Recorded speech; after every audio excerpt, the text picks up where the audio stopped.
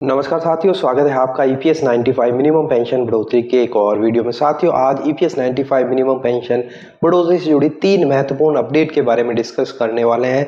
तीनों ही अपडेट बहुत ही इंपॉर्टेंट होने वाली है, तो वीडियो को आप अंत तक जरूर देखेगा। तो साथियों, सबसे पहला अपडेट निकल कर आना है बुल्ढाना जो एनएससी का मुख्यालय है वहाँ से, जहाँ पर 17 नवंबर 2024 यानी कल खुद कमांडर अशोक रावत जी मौजूद थे। जी हाँ साथियों, कल बुल्ढाना के जिलाधिकारी कार्यालय के सामने ईपीएस 95 पेंशन धारकों के संकल्प अनशन आंदोलन के 5 वर्ष पूर्ण हो गए। 5 वर्ष और 323वां दिन था, यानी कि 2155 दिन पूरे हो चुके हैं इस श्रृंखला अनशन को। कल कमांडर अशोक रावत जी कुछ मौजूद थे। इसके अलावा श्री जे गरकल जी व श्री डी वहेलकर जी ने अनशन में भाग लिया। वे अनशन के कार्यक्रम को आगे बढ़ाया। कल ज्येष्ठ नेता श्री गरकल जी का जन्मदिन भी था।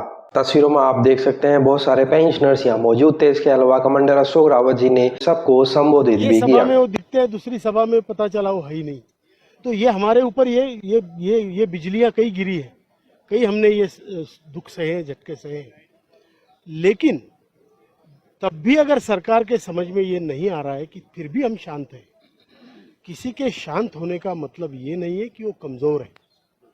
कोई अगर शांतता से बात कर रहा है, कोई अगर शांतता से अपनी मांग रहा है, तो उसको आप कमजोर मत समझिए, क्योंकि ये रिजॉल्व है। इन सभी लोगों का एक संकल्प है कि हमको जीतना है। इस सिस्टम को हम अपने आप को मरेंगे लेकिन चीट नहीं करने देंगे। इनके साथ धोखाधड़ी हुई है, चीटिंग हुई है पूरी जिंदगी, और उसका बदला लेने का अब समय है।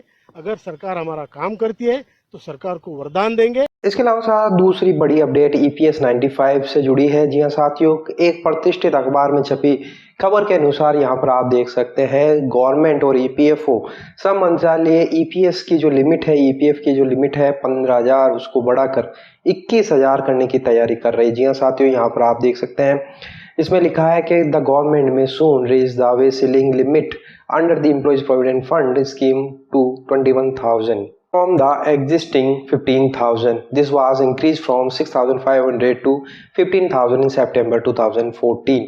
तो साथियों, यहाँ पर आप देख सकते हैं 15,000 जो पहले अभी लिमिट चल रही है उसको बढ़ाकर 21,000 करने की पूरी तैयारी हो चुकी है। इसका सीधा सीधा मकसद ये है कि ईपीएस 95 की जो कैपिंग है उसको बढ़ाया जाए, क्योंकि अभी 15,000 के हिसाब से मैक्सिमम 7,500 रुपये पेंशन बन सकती है।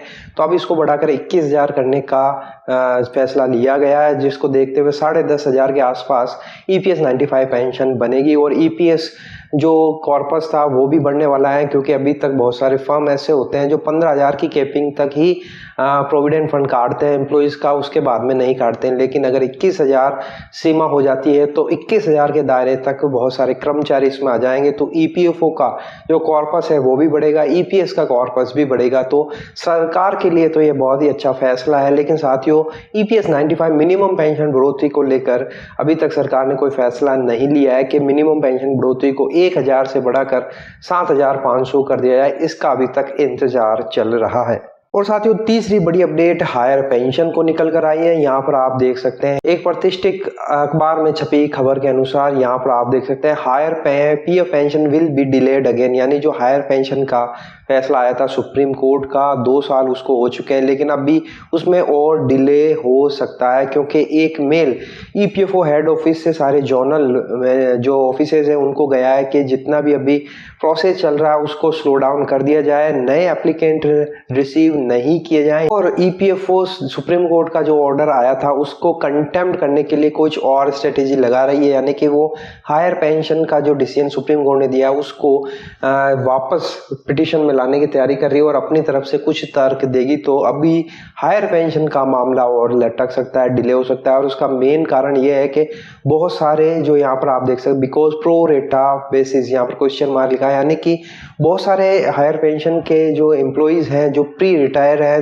सितंबर 2014 से पहले के, उन्होंने बहुत सारे कोर्ट में रिट पिटीशन डाल दिया है कि हमें हमारा हक नहीं मिल रहा है, हमारी पेंशन कम बन रही है और हमें फ़ायदा नहीं मिलने वाला। तो इसी कारण से ईपीएफओ भी अब इस मामले को थोड़ा स्लो डाउन करना चाहता है कि अगर फिर से कोर्ट का कोई ऑर्डर आ गया और हम इस पर कुछ कार्रवाई करते हैं तो हमें फिर से एक्सरसाइज करनी पड़ेगी। तो साथियों, ये भी एक मोटा कारण है प्रो रेटा बेसिस का, जिसकी वजह से ईपीएफओ इसको स्लो डाउन कर रहा है और हायर पेंशन का जो मामला है अभी और डिले डिले होने वाला है। जैसा कि देखा जा रहा है कि मात्र 1% जो एप्लीकेंट है उनको ही ईपीएफओ की हायर पेंशन का फायदा अभी तक मिल पाया है। 17.5 लाख एप्लीकेंट आए थे, उसमें से बहुत सारे जो एप्लीकेंट है उनका जो एप्लीकेशन रिजेक्ट कर दिया गया, किसी का एम्प्लॉयर के द्वारा, किसी का ईपीएफओ के द्वारा। तो लेकिन साथियों अब ईपीएफओ फिर से इसे और डिले करने की तैयारी कर रहा है। कभी वो बोल रहा है कि स्टाफ की कमी है, कभी सॉफ्टवेयर स्लो डाउन है, और अब नया जो तर्क है कि प्रो रेटा बेसिस पर काफ़ी रिट पिटीशन कोर्ट में लगाए गए हैं। तो इस वजह से भी ईपीएफओ देख रहा है कि फिर से हमें एक्सरसाइज करना पड़ेगा, इसलिए इसको स्लो डाउन कर दिया जाए। तो साथियों ये हायर पेंशन जो एप्लीकेंट है उनके लिए एक बड़ी निराशा वाली बात है, एक दुख भरी खबर है कि हायर पेंशन का मामला अभी और लटक सकता है। तो साथियों ये 3 महत्वपूर्ण अपडेट थी ईपीएस 95 मिनिमम पेंशन बढ़ोतरी को लेकर। आपकी इस बारे में क्या राय है, आपकी राय कमेंट बॉक्स में जरूर बताइएगा। वीडियो अगर आपको अच्छा लगा लाइक शेयर कर दीजिएगा। इसी तरह की इन्फॉर्मेशन प्राप्त करने के लिए आप चैनल को सब्सक्राइब जरूर कर लीजिए। तो फिर मिलते हैं, तब तक के लिए अपना ख्याल रखिए। जय हिंद, जय भारत।